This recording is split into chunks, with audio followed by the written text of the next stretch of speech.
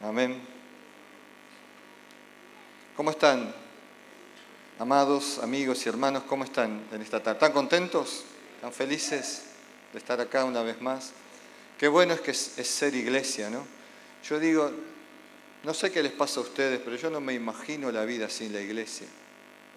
Es más, no sé cómo viví sin la iglesia algunos años. Yo creo que ser parte de la vida de Dios que está en la iglesia es lo mejor que nos ha pasado en la vida. Todo cambia, todo tiene otro significado. La vida se vuelve diferente totalmente. La esperanza en Cristo, el hermano, la hermana, la iglesia que nos acompaña en los diversos momentos de la vida, porque a lo largo de los años uno va experimentando transformaciones, cambios, uno va modelándose en la presencia de Dios. Y todo ese proceso lo vivimos en la casa de Dios. Y eso es lo que Dios creó, ¿no? Ese es el proyecto de Dios, una iglesia que lo alabe, una iglesia sin mancha y sin arruga, que de eso se va a encargar Dios, ¿no? Nos va a planchar las arrugas antes de que vuelva. Muy bien, vamos a compartir la palabra. Les compartía entonces que el jueves pasado estaba predicando acerca de un devocional, de cómo prepararnos para las crisis, ¿no? Porque evidentemente nuestra naturaleza humana no le gustan las crisis. ¿A quién le gusta una crisis? Yo decía, no conozco a nadie que haya orado, Señor, mandame una crisis para poder crecer y conocerte a fondo. Generalmente nuestras oraciones son, Señor, bendíceme, dame un nuevo trabajo, bendecí a mi esposa, estoy diciendo a los varones para que quedemos bien. Pero nunca oí una oración que diga, Señor, la estoy pasando tan bien, mandame una prueba, mandame una crisis, así puedo crecer. No son nuestras oraciones. Así que, aunque no las pidamos, por supuesto, Dios nos manda crisis. Y yo decía, bueno, tengo que prepararme, tengo que poder enfrentar mis propios temores, mis dificultades, como cualquier otra persona, ¿no? Esto no se trata de títulos espirituales, sino de enfrentar la vida. Y Dios me llevaba a Jeremías, cómo Jeremías había enfrentado sus días, cómo Dios le hablaba. Bueno, no voy a predicar de vuelta sobre eso. Pero yo creo que el Espíritu Santo está preparando a la iglesia para los días que se avecinan, para las crisis que se avecinan. Los que leen las noticias internacionales se dan cuenta que todas las señales van en una convergencia hacia el plan final de Dios. Y la iglesia también va a ir convergiendo a ese plan. Entonces tenemos que darnos cuenta que todo lo que estamos viviendo en Argentina no es algo que no pudiéramos esperar, sino que, como decía el apóstol Pedro, no se sorprendan de que tengan tiempos difíciles, ni pruebas, ni crisis, porque eso es lo que va a venir. Así que no se sorprendan, sino que vivan las crisis con la dignidad de un hijo y una hija de Dios. Y yo quiero que busquemos, no puedo leer todos los versículos, pero voy a leer uno que está en 1 Samuel capítulo 22. Si quieren buscarlo, en 1 Samuel capítulo 22, del verso 1 al 3.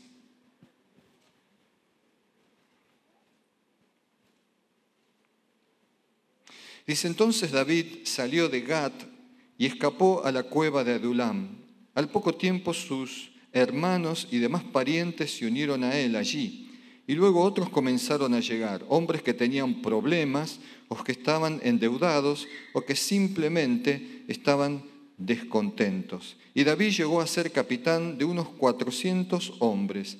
Después David se dirigió a Mizpá de Moab, donde le pidió al rey, por favor, permite que mi padre y mi madre vivan aquí contigo hasta que sepa lo que Dios tiene pensado para mí. Hasta ahí. David llegó un momento en que tuvo que refugiarse en una cueva. ¿Por qué se refugió en una cueva? Y porque David empezó a experimentar un tiempo extremadamente largo de crisis, de problemas, de persecución. Y trataba de evitar todo eso, perder la vida en ese proceso, porque era un proceso de riesgo de vida para David. Y llegó un momento que se fue a esconder a una cueva. Esto es como la cueva de Elías, que hace poco el pastor Gustavo nos estaba compartiendo. Qué cosa, ¿no? Que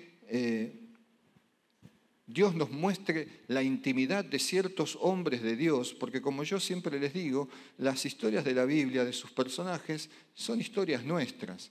Tal vez nosotros nos vamos a una cueva en Israel, pero tenemos nuestras propias cuevas donde nos escondemos cuando sentimos que la crisis viene sobre nuestras vidas.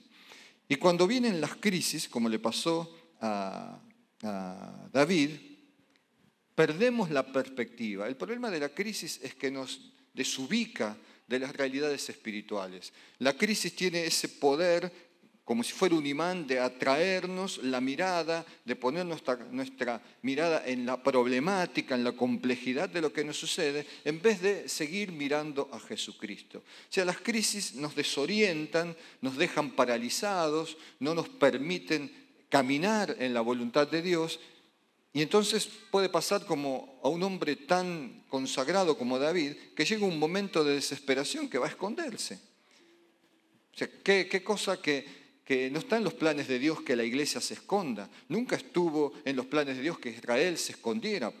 Además, Dios siempre les dijo que ellos debían mostrarse, debían resplandecer. Jesús le dijo a la iglesia, sean luz.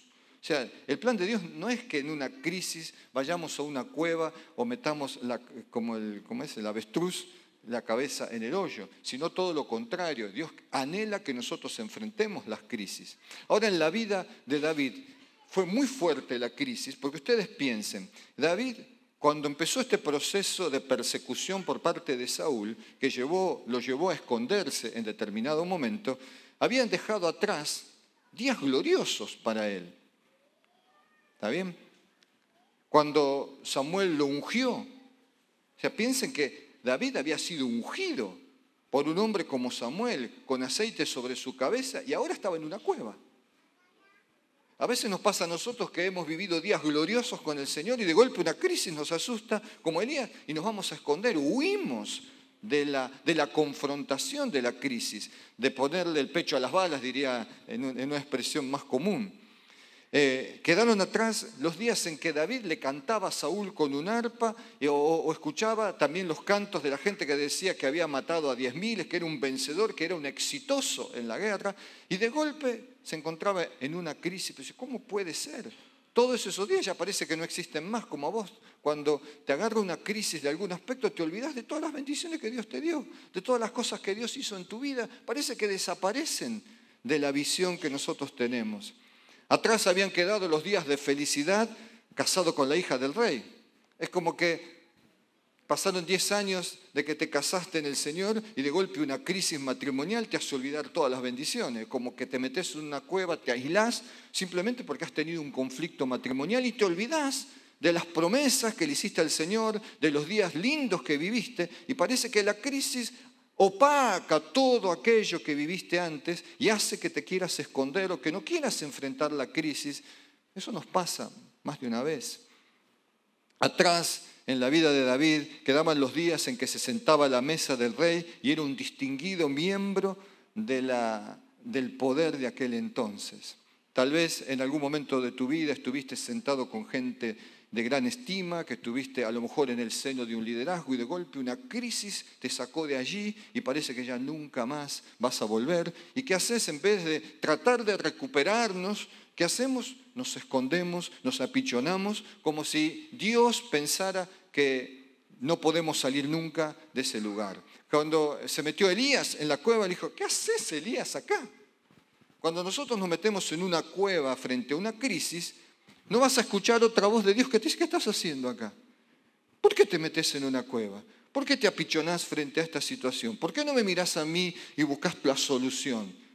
No, lo que pasa es que todo está mal, dijo Elías. No, todo está mal, todo está mal. Como solemos decir nosotros. Dijo, salí, te voy a mostrar mi gloria, vas a ver mis espaldas y te voy a dar una tarea nueva. Dios no quiere que nos metamos en cuevas. Ni tampoco quería que David se metiera en una cueva. Atrás había quedado los días de la buena relación con el ungido de Jehová, tocando para él el arpa. A veces has perdido relaciones por una crisis, te has olvidado de quién eras. No voy a decir que estabas con el ungido de Jehová, pero a lo mejor tenías gente modelo frente a vos, gente que era una inspiración en tu vida, y la crisis te hace alejar de las personas más positivas de tu vida. Yo he visto a gente alejarse por crisis y en vez de acercarse a la gente que es un modelo espiritual, se junta con gente peor que él o peor que ella. La crisis hace que nos nublemos y en vez de enfrentar las cosas de manera positiva, nos metemos en nuestras propias cuevas. Y van a venir crisis en nuestra nación, de todo tipo. El diablo dice que como le falta muy poco tiempo, va a tratar de engañar aún a los escogidos si es posible. Entonces, no podemos ser tan ingenuos de pensar que no vamos a experimentar dificultades. Pero les puedo asegurar que el plan de Dios frente a las dificultades es que no nos llenemos de temor, sino que peleemos contra nuestros propios temores, peleemos contra esas crisis agarrados de la mano del Señor hasta que la luz amanezca sobre nosotros. Es la única forma de salir vencedores de estas situaciones. En definitiva, en la vida no todos son buenos momentos, o no, o me equivoco. Todos no son buenos momentos. Hay buenos momentos, hay momentos de gran bienestar a lo largo de los años, hay momentos de éxito, pero también hay momentos oscuros, hay momentos de crisis, hay momentos de complejidades. No los podemos evitar. La vida se trata de eso, de la vida, y la vida es movimiento, no es agua estancada. Por lo tanto, va a haber contratiempos en el camino. Y no por ser cristianos, Dios nos va a librar de todos los contratiempos. En definitiva, vamos a terminar concluyendo que las crisis son la mejor herramienta para crecer, para estirarnos, para buscar nuevos horizontes.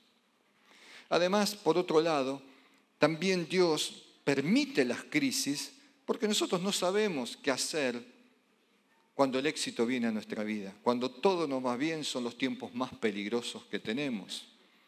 Porque cuando la vida nos va bien demasiado tiempo, sin ninguna crisis, corremos el riesgo del orgullo, corremos el riesgo de pensar que son nuestras propias habilidades, corremos el riesgo de creernos que no necesitamos a Dios y podemos ser tentados muy fácilmente. David, que detentó un poder por largo tiempo, una mañana se levanta y no tiene mejor idea que acostarse con la mujer de su prójimo, solamente porque podía hacerlo. Él sabía que estaba mal, pero lo hizo porque podía hacerlo. Y a veces tener demasiado poder, demasiado tiempo expuesto a tantas cosas buenas puede hacer que en definitiva seamos tentados. ¿Podés llevarla hacia el fondo, por favor? Porque si no distrae. Perdón, pero es la verdad. Eso es una crisis, ¿ves? Y David, como te decía, padeció una gran crisis, una etapa cruel, una etapa llena de locura. Y dice, ¿pero a un cristiano le puede pasar eso? Sí, te puedo asegurar que le puede pasar eso. Yo te podría contar una etapa que me parecía que me iba a volver loco por ciertas cosas. ¿Y por qué Dios permite? ¿Por qué Dios deja que yo me sienta así? Uno no encuentra a veces una respuesta. Pero volviendo al tema de David, la causa era esa implacable persecución que Saúl tenía en la cabeza por envidia de David y lo volvió loco, lo persiguió en todo lugar, buscaba asesinarlo de todas las maneras y David huía para allá, para acá, lo traicionaban y continuamente llegó a temer que no iba a poder soportar semejante persecución. Se sentía que que Saúl era demasiado poderoso para enfrentarlo tanto tiempo y que su vida la iba a perder. Pero, ¿por qué Dios permitió todo eso en la vida de David? Porque era lo que David, aunque no lo sabía, necesitaba para poder subir de nivel y, llegado el momento, sentarse en el trono. Entonces, yo pensaba en esto, ¿no? Si la crisis que vos estás viviendo hoy no vaya a ser que en realidad sea lo que necesitas para crecer y subir un nivel espiritual. ¿Qué aprendió David en toda esa persecución? Aprendió humildad, aprendió dependencia, aprendió a confiar en Dios, aprendió a conocer sus lados oscuros, aprendió a encontrarse con sus propios temores, con sus propias inseguridades, aprendió que la soberbia no ayuda. Todo eso lo preparó para que un día pudiese sentarse en un trono y gobernar una nación. Porque gobernar una nación no es para cualquiera. Hay que estar preparados, pero la preparación no te la hace solamente un curso de teología. La mejor preparación te la dan las dificultades cuando vos tenés que exponer lo que realmente crees y lo que hay de verdad en tu corazón. Fíjense que llegó a tomar la decisión para un israelita que es tremendamente dolorosa de salir de la tierra prometida e ir a una nación extranjera a vivir. Y uno nos parece, bueno, como que se mudó de barrio. No, para un israelita salir de la tierra prometida era una crisis espiritual tremenda. La persona que había sido ungida por Samuel, que tenía unas expectativas, porque lógicamente las tendría, de golpe tenía que irse de donde había sido profetizado que iba a ser el rey después de Saúl. No solo eso, cuando llegó a esa tierra y ese rey se tuvo que fingir loco. Se puso barba, le chorreaba, dice, la saliva para acá, agarraba aerosoles y pintaba por todas hasta que el rey lo echó. Dijo, no me traigan un loco acá. O sea, David tuvo que padecer la crisis y se defendió como pudo. Así que yo tengo una palabra para decirte. Tal vez parezcas un loco o una loca cuando enfrentes la crisis, pero confía en Dios, que de esa crisis vas a salir bendecido y bendecida. No sé si estás en una crisis, cuál será tu crisis hoy, pero aunque pienses que te vas a volver loco o loca en medio de esa crisis, que no la vas a poder resolver, aferrate al Señor. Seguí confiando en las palabras que te fueron dadas, seguí confiando en el día que le entregaste tu vida a Jesús, seguí confiando en todas las bondades que ha hecho a lo largo de los años y mantenete estoicamente parado o parada en esa bendición, aunque tengas rasgos de locuras a veces, como las tuvo David, para salir de un aprieto, pero finalmente Dios sería fiel con él. No solo eso, si vos decís esto ya es demasiado, en un momento de desesperación se unió a las filas enemigas. Algo impensado, ¿no? El futuro rey de Israel ahora estaba sirviendo al rey enemigo de Israel. Y uno lee esa historia y dice, pero ¿qué es esto que estoy leyendo? ¿No? ¿Qué es esto que está sucediendo en ese tiempo? Y en medio de todo ese proceso, de toda esa locura que les estoy explicando, es que David decidió un día, no doy más y me voy a esconder en una cueva, la cueva famosa de Adulán. Y ahí experimentó momentos de gran intensidad, de gran incertidumbre, se tuvo que encontrar consigo mismo y con Dios. Yo creo que no hay mejor cosa que la crisis para hacerte orar. Cuando yo tuve una crisis muy profunda, fue cuanto más oré, cuando más lágrimas derramé, cuando más le grité a Dios, cuando más discutí con Dios. Como si uno pudiera discutir con Dios, ¿no? Qué paciencia que nos tiene Dios, como para que uno se atreva a discutir con Dios.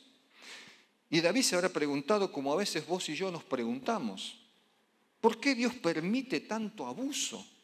¿Por qué Dios permite tanto dolor para una persona que ama a Dios? Porque yo amo a Dios, lo busco de todo corazón. ¿Por qué Dios permite esta crisis y toda esta situación espantosa que le estaba pasando? Yo creo que David se lo debe haber preguntado.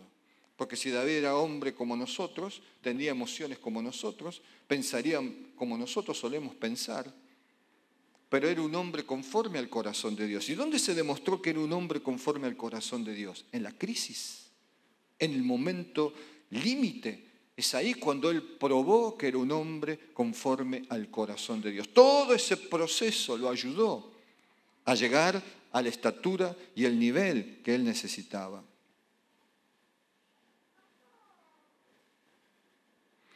Te decía que Adulán, la cueva de Adulán, provocó una crisis interior en David. ¿Estará loco Dios?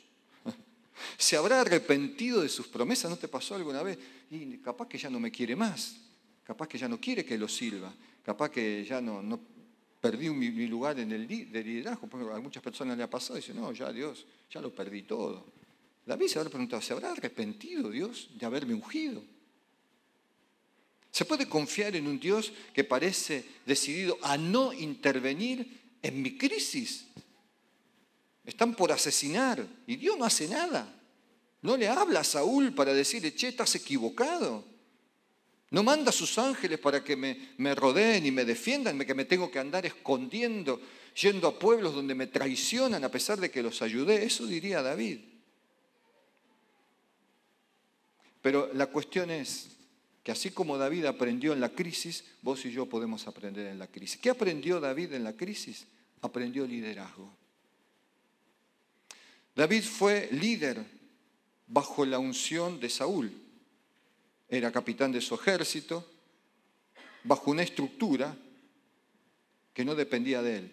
Ahora, David, en esta crisis, dice que como ahí se le fueron acercando personas, llegó a tener 400 personas, y él tuvo que aprender a ser líder ahí. Porque no todo era fácil, porque todos eran soldados, tenían que obedecer lo que David decía. Aunque David no tenía buena fama o mala fama, tenía que obedecer. Pero acá, David tenía que empezar de cero, no había estructura. Él tenía que desarrollar liderazgo con esas personas. Y fíjense que eran personas que estaban endeudadas, unos lindos chicos, que le iban mal las cosas. No eran lo mejorcito de Israel los que se habían unido a David. Y ahí David tuvo que aprender, tuvo que formar a esa gente, tuvo que enseñarles de las experiencias que él tenía, del conocimiento que él tenía. Mientras él conocía a Dios, tenía que discipular a esa gente. No es que él había ido al seminario y la tenía clara. El desarrollo del liderazgo muchas veces es en el mismo llano en el que me encuentro, compartiendo las mismas pruebas que estoy viviendo con esa gente, y mientras yo aprendo, también les muestro a los demás cómo salir de las crisis. Tenía que formar discípulos, soldados. En esta crisis también David pagó el precio de ser líder. En un momento, cuando los atacaron y les robaron todos, ¿a quién le echaron la culpa? A David. Generalmente es al pastor a quien culpan, ¿no? Después del pastor, a los líderes. Siempre que algo va mal, quieren apedrear al líder. Y lo querían matar. Bueno, él tuvo que aprender a lidiar con las crisis de su propia gente, con los disgustos, con los momentos de desánimo, con la depresión de su gente. Tuvo que él mismo sobreponerse. ¿Y cómo lo hizo? Fue a preguntarle a Dios, se fortaleció en Dios para poder sostener a su propia gente. Porque él también había sido robado, su esposa había sido robada. No es que él estaba en mejor condición, estaba en un castillo tomando cerveza. No, no era así. Él estaba en la misma crisis. Sin embargo, él tuvo que sobreponerse a su propia crisis para sostener las crisis de otros. Eso se llama liderazgo. Pero no es el liderazgo de un hombre que se para en una plataforma. Es el liderazgo de todo cristiano. ¿No te pasó que a lo mejor en tu trabajo, un compañero de escuela, vayas a saber dónde, una persona entra en crisis y vos también tenés tu propia crisis, pero Dios te da la capacidad de acompañar y sostener al otro en la crisis como si vos estuvieras viviendo un gran día? Pero esa es la tarea de la iglesia. Cuando Dios pensó en la iglesia, pensó en millones de David, de Moisés, de Josué, de hombres, de Pablo, de Pedro, de un montón de gente que puede hacer ministerio. Simplemente porque Dios está en tu corazón, Dios está dentro tuyo, Dios te puso el Espíritu Santo dentro tuyo. Vos tenés capacidades, vos tenés dones, vos tenés sabiduría de Dios. Si la buscás, la tenés. Porque Dios está habitando dentro de tu propio corazón. Y él tuvo que aprender en su carrera cristiana, si queremos llamarla así, de liderazgo, que iba a pasar momentos donde lo iban a juzgar incorrectamente, que lo iban a juzgar mal. Tenemos que aprender en la crisis a que nos miren mal y soportarlo. Tenés una crisis y a lo mejor se equivocan en el juicio sobre tu vida. También hay que soportarlo. También hay que aprenderlo. Otra tercera cosa que aprendió David es lealtad y disciplina. Eso sí lo voy a leer en capítulo 29 del mismo libro. Esto sí que me asombra a mí. 29:3.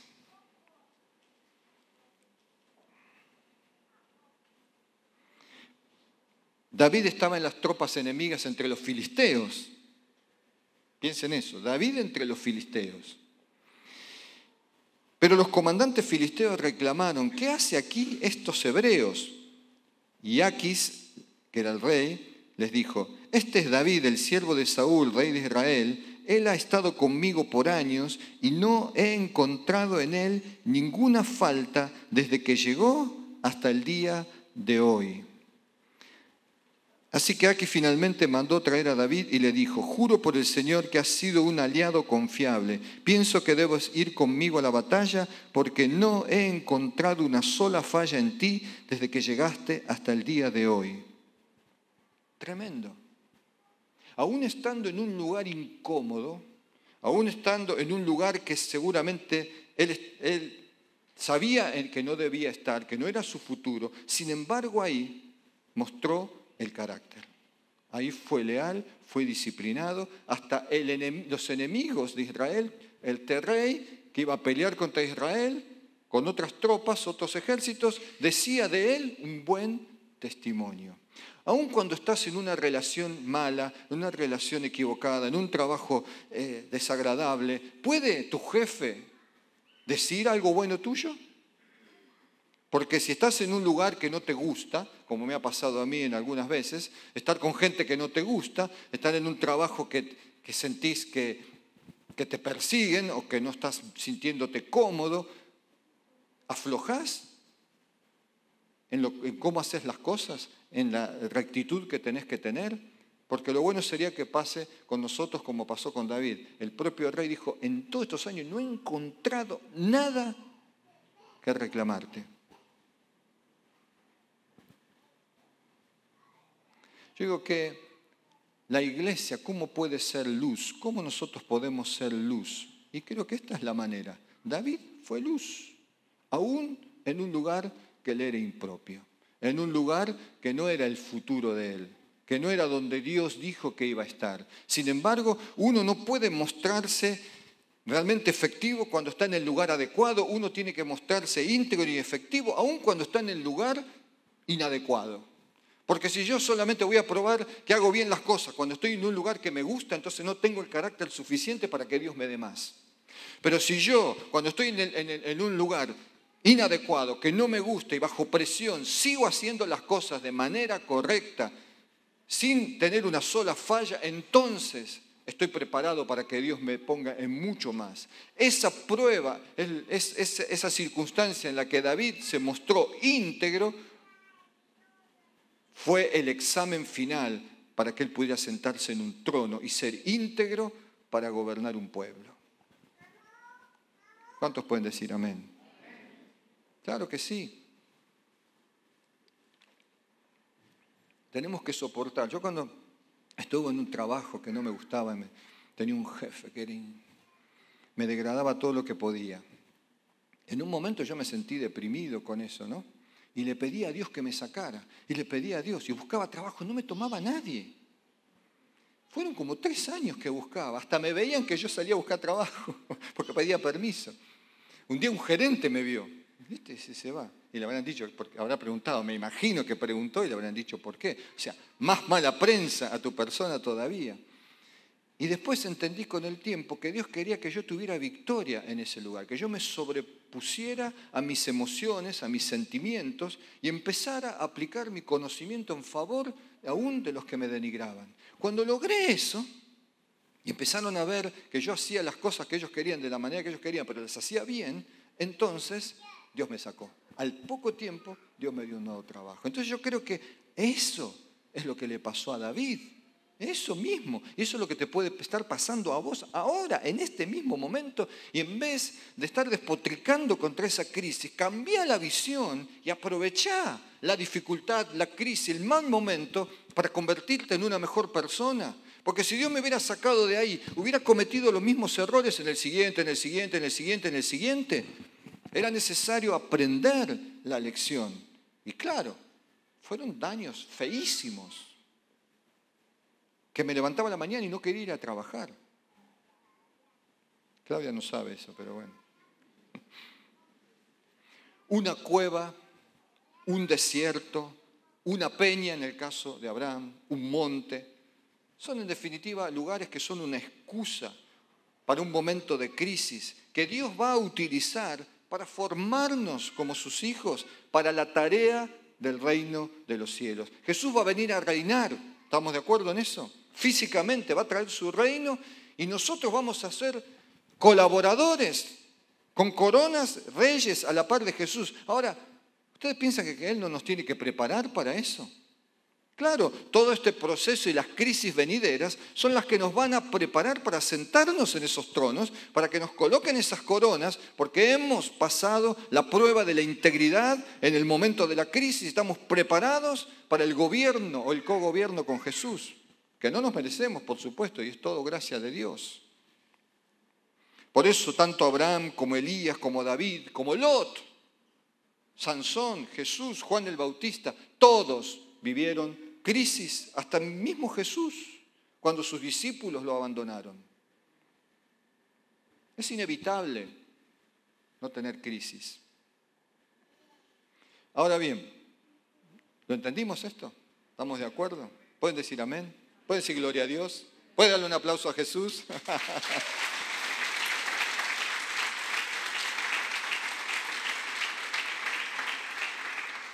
Bueno, nos pusimos de acuerdo. Ahora dígame, pastor, ¿cómo manejamos estas situaciones? Dame una ayuda.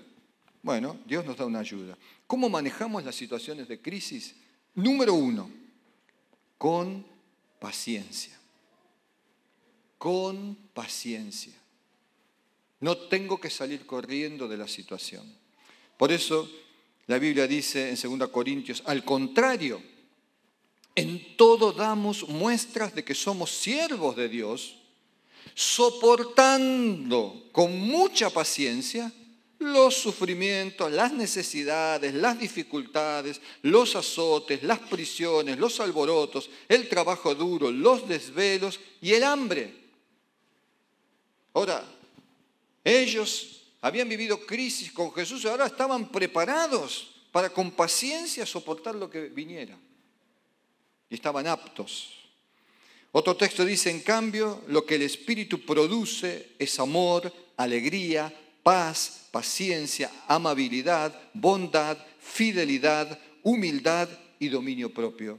Entonces, cuando estamos en una crisis, debemos tomarnos tiempo para aumentar la paciencia y en vez de reaccionar en nuestra naturaleza humana, que es enojo, me quiero ir, y protestas y búsquedas inútiles, ¿por qué no le permitimos al Espíritu Santo que en medio de la crisis aparezcan sus frutos, o el fruto del Espíritu, mejor dicho?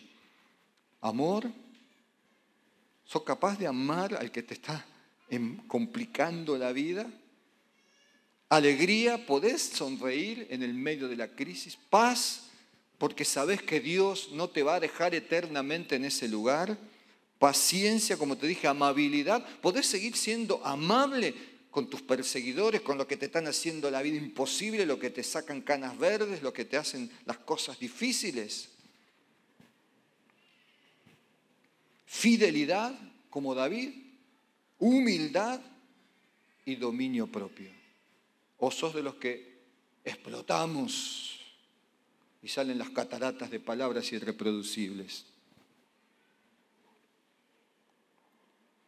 ¿Cómo enfrentamos con paciencia, con fe, creyendo lo que Dios dice?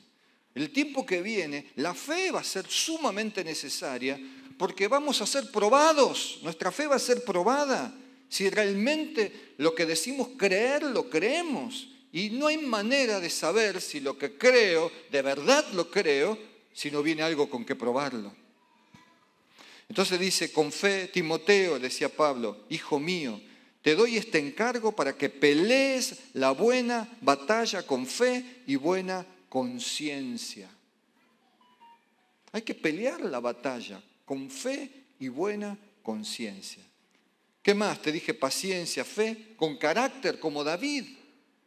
Que no importa dónde se encontraba, él era íntegro, con el enemigo como con los suyos. No había una diferencia entre el David que estaba con el rey Aquís, que con el David que iba a ser el rey de Israel. Era la misma persona Y en todos los lugares que estuviera, no ibas a ver un David 1 y un David 2.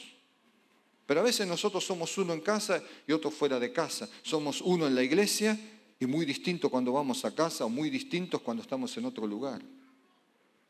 Carácter, firmeza, convicción. Te dije, paciencia, fe, carácter con amor. No paguen a nadie mal por mal, procuren hacer lo bueno delante de todos. Cuando estamos en la crisis, hacé lo bueno. Aunque la tentación es a vengarte, tomarte revancha, si estás en un trabajo no hacer bien las cosas, generarle un problema en tu empleo, no hagas eso. Si sos hijo o hija de Dios, hacelo diferente. No paguemos con la misma moneda que nos están pagando, porque eso no es cristiano. Cuando Dios te ve, y a pesar que te pagan mal, vos haces bien, Dios es el primero que te va a sacar de ahí. Pero tenemos que aprender la lección. Quinto, con clamor. Clamemos. A ti clamo, Señor, escúchame, ten compasión de mí, respóndame. El corazón me dice, busca la presencia del Señor y yo, Señor, busco tu presencia. Cuando estoy en una crisis, cuanto más tenemos que venir a la iglesia, no cuando menos tenemos que venir, cuanto más tenemos que participar. Cuando estoy en un lío bárbaro, pero voy a servir a los niños. Estoy en un lío bárbaro, pero vengo los martes a orar, o vengo los jueves, o estoy los domingos, soy el primero. Cuando me piden algo lo hago. ¿Por qué? Porque eso es un clamor a Dios. Clamor no es solamente decir, Señor, ayúdame, socórreme. Clamor es cuando Dios te ve haciendo en medio de tu dolor. Eso también es clamor. Clamor son las acciones. El corazón me dice, busca la presencia del Señor. El tipo estaba abrumado de todos lados. Sin embargo, en su espíritu él sentía la voz de Dios que le decía, búscame, búscame, búscame, búscame en medio de la crisis. Y yo le respondí al Señor, busco tu presencia. Cuando estuviste en una crisis, ¿buscaste la presencia? ¿Buscamos la presencia de Dios? ¿O nos deleitamos en autodeprimirnos, en sentirnos miserables? Pobrecito de mí, mirá lo que me pasa, pobrecita de mí. Es lo peor que podemos hacer. Porque Dios no que te creó víctima, ni me creó víctima. Una vez que le entregamos la vida a Jesús, tenemos la dignidad de hijos del Rey, hijas del Rey.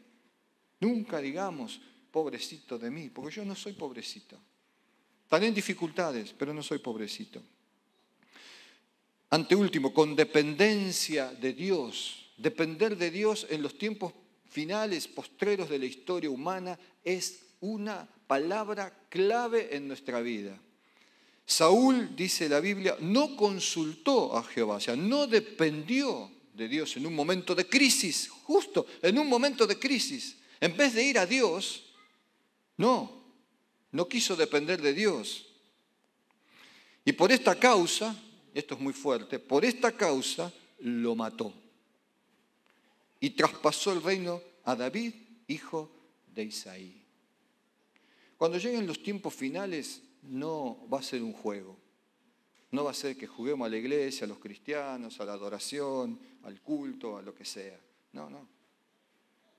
Dependencia de Dios. Cuando estemos en una crisis, dependamos de Dios, porque de eso, redundando en la palabra, depende nuestra vida.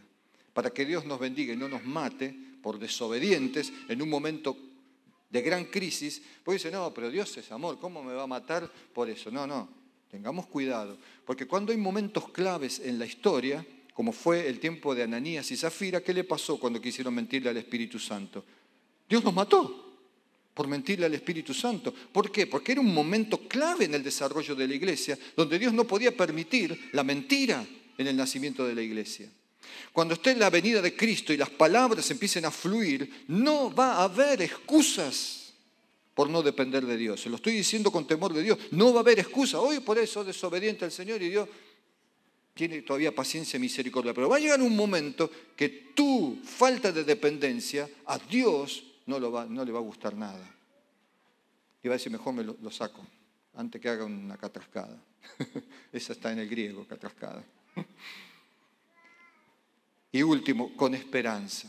La crisis se enfrenta con esperanza. Sé que a veces el corazón se nos abruma y ve todo negro, pero luego que pasa eso, tenés que decir, no, voy a mirar un poquito más allá, porque la luz está detrás de esa oscuridad. Cuando ya no había esperanza, Abraham, o sea que hubo un momento que Abraham no tenía más esperanza. Pero entonces cuando ya no había más esperanza, Abraham decidió creer. Cuando la crisis te abruma, yo decía, ya no puedo. Entonces no, voy a decidir creerle a Dios. No veo nada, pero voy a decidir creerle a Dios. Entonces cuando no hay más esperanza, dice que Abraham creyó y tuvo esperanza. Y así vino a ser padre de muchas naciones, conforme a lo que Dios le había dicho. Así será el número de tus descendientes.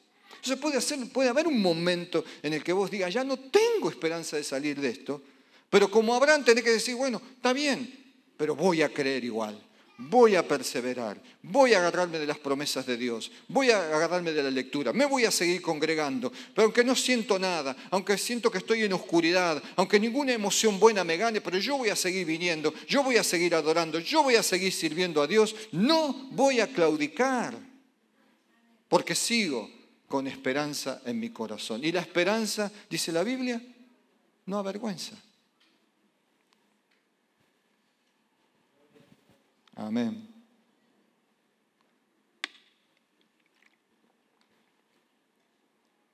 Israel tuvo muchos momentos de oscuridad. Si usted lee la Biblia va a encontrar muchos momentos de oscuridad en la vida, pero muchos. Como nos pasa a nosotros en la vida personal, hay muchos momentos en que las cosas se ponen oscuras. Pero Dios es un Dios de salvación, es un Dios de restauración, es un Dios de salvación, es un Dios de gracia. Ninguna crisis logró que las promesas de Israel no se cumplan o dejen de cumplirse. Yo voy a redimir a Israel, voy a tomar ese remanente, se van a entregar a Jesucristo. Por eso en Oseas el profeta dice, yo la voy a enamorar, la llevaré al desierto y le hablaré al corazón. A veces nosotros estamos perdidos en nuestras oscuridades y Dios te lleva a un desierto, le hace crisis. A veces una crisis que Dios permite en la vida de un hijo o de una hija de Dios es porque te ama. Pero ¿cómo me ama y me mete en este? Sí, justamente porque te ama, permite esa crisis. Porque si no te mete en esa crisis, te vas a perder en la oscuridad. Si no te pone en una crisis para que tengas que mirarlo a Él, entonces te vas a perder eternamente. Entonces dice, te voy a llevar al desierto y te voy a hablar al corazón. En las crisis es cuando nuestros oídos se hacen así de grandes y empezamos a oír la voz de Dios. Como que todos los ruidos y las voces que antes escuchábamos se apagan y ahí empieza la voz de Dios. Ahí empiezo a entender la palabra de Dios. Con los años yo he visto que gente en medio de grandes dificultades es cuanto más entendió las predicaciones del Evangelio. Es cuanto más recibía cada domingo, cada jueves, cada día que venía. ¿Por qué? Porque todas las otras voces se apagaban en esa crisis. Y Dios la llevaba al desierto y le habla al corazón.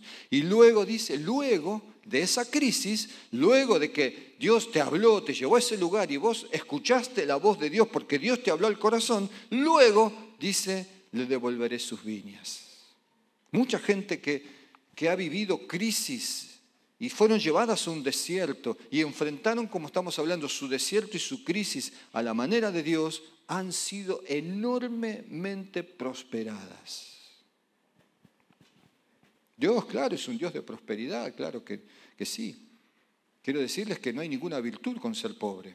No hay ninguna virtud con no tener comida para darle a un hijo. No hay ninguna virtud en no tener plata para tomar un colectivo. No hay ninguna virtud en ser pobres. La pobreza tiene que ser del corazón y humilde. Hay mucha gente pobre llena de orgullo, hay muchos millonarios llenos de humildad. No se trata de plata, se trata del corazón. En la pobreza no hay. Si no, Dios tendría que ser pobre. Y Dios no es pobre, es multimillonario. Por eso Dios la vuelve a prosperar a Israel. Y convertiré el valle de Acor en puerta de esperanza para ella. Y allí me responderá como en su juventud, como en el día en que salió de Egipto. Cuando Dios te saca de una crisis, el amor por Jesús crece. Y te volvés a enamorar de Jesús porque experimentaste la voz de Dios. ¿Y dónde la experimentaste? En el medio de la crisis. Cuando respondiste a la manera de Dios y abriste tu corazón, dejaste de escuchar otras voces, entonces Dios te devuelve un montón de cosas, te enamorás otra vez de Jesús, volvés a ver su belleza, volvés a ver su salvación, volvés a ver su gracia otra vez y le vas a responder.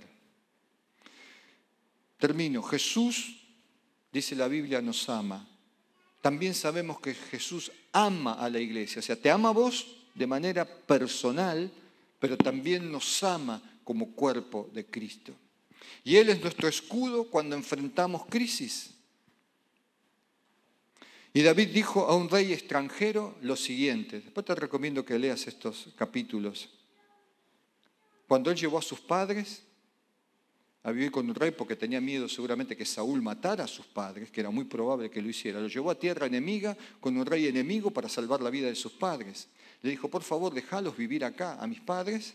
Y dijo esto, hasta que sepa lo que Dios tiene pensado para mí. Escuche otra vez en el espíritu. Estaba en medio de la crisis, una crisis que David no entendía en ese momento. Una crisis que lo llevó a esconderse, una crisis que lo llevó a que se manifestara como un loco, una crisis que lo llevó a servir a un rey enemigo. Pero cuando llevó a los padres, para salvar la vida de los padres, dijo, tenelos acá hasta que yo sepa lo que Dios tiene pensado para mí. Cuando vos estés en esa crisis, pedirle al Espíritu Santo que en vez de quejas puedas decir, guiado por Él, voy a soportar esto hasta que sepa lo que Dios tiene pensado para mí. Amén. Gloria a Dios.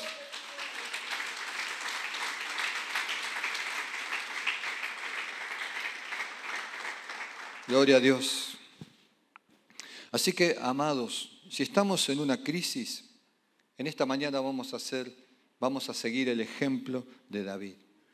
Vamos a cumplir el ejemplo de David. Él va a ser nuestro modelo en esta mañana, de paciencia, de esperanza y de todas estas virtudes que yo les hablé hace unos momentos.